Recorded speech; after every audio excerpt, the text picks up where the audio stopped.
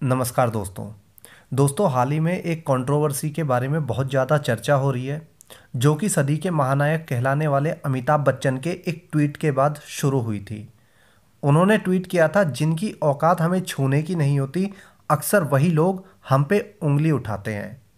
ये सिर्फ एक ट्वीट नहीं है जो किसी इंसान ने किया है और हमने उसे ट्रोल करना शुरू कर दिया। ये इंसान हमें समय समय पर बताता रहता है कि हम सिर्फ इन लोगों पर, ये लोग कौन, बॉलीवुड वाले, इन लोगों पर सिर्फ उंगलियां उठा सकते हैं, उनका कुछ बिगाड़ नहीं सकते। मतलब हम उन्हें किसी भी तरह से प्रभावित नहीं कर सकते अपनी तरफ से। हम इंसाफ मांगते हुए बॉलीवुड पर उंगलियां उठा रहे हैं, उन्हें बॉयकॉट करने की मांग करते रहते हैं, इनके टीवी शोज को बॉयकॉट करने की मांग करते रहते हैं। लेकिन उसका नतीजा क्या हुआ? टीवी शोज भले ही टीआरपी रैंकिंग में नहीं आ रहे हैं, लेकिन वो चल तो रहे हैं ना। और इनके शोज के चलने का मतलब है इनके स्टारडम पर कोई फर्क नहीं पड़ रहा है। ये अमिताभ का शो हो या बिग बॉस, अगला सीजन आपको बता देगा कि हमने इन लोगों को कितना प्रभावित किया है।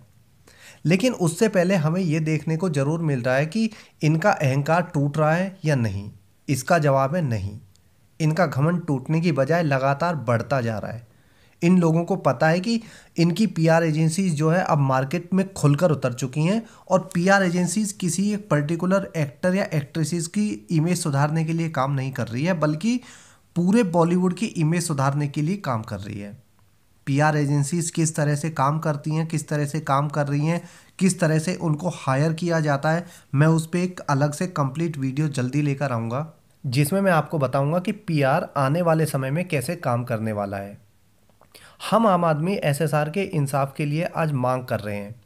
हम इंसाफ की आवाज़ उठा रहे हैं और हमें इंसाफ मिल ही नहीं रहा है। और इंसाफ ना मिलने की वजह से हम इन पे उंगलियां उठा रहे हैं, जिन्हें हम छू नहीं सकते, जो हमारी पहुंच से बाहर हैं। ये है इनकी सोच। ये अब काफ़ी कुछ समझने लगे हैं कि एसएसआर केस के बावजूद हम इन्हें पूरी तरह से बॉयकॉट करने में फेल हो चुके हैं।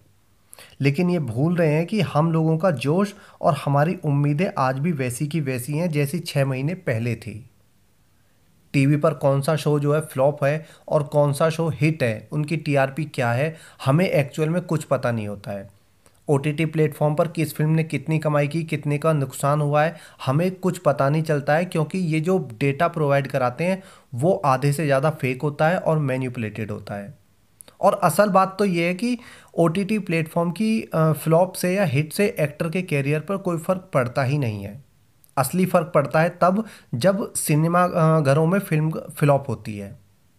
ब्रह्मास्त्र और चेहरे दो फिल्में हैं जो आने वाले समय में इस एक्टर की रिलीज होने वाली हैं, जो ट्वीट के जरिए आम लोगों पर तंज कस रहा है कि हम इनको छू नहीं पा रहे हैं। चेहरे का तो मुझे पता नहीं, चेहरे मूवी वो ओटीटी पर रिलीज होगी या सिनेमाघरों में, लेकिन ब्रह्मास्त्र रणबीर कपूर के साथ में वो सिनेमाघरों में रिलीज होगी 100%। और तब हम दिखाएंगे कि हम इन पे उंगलियां उठा सकते हैं या इन्हें छू भी सकते हैं।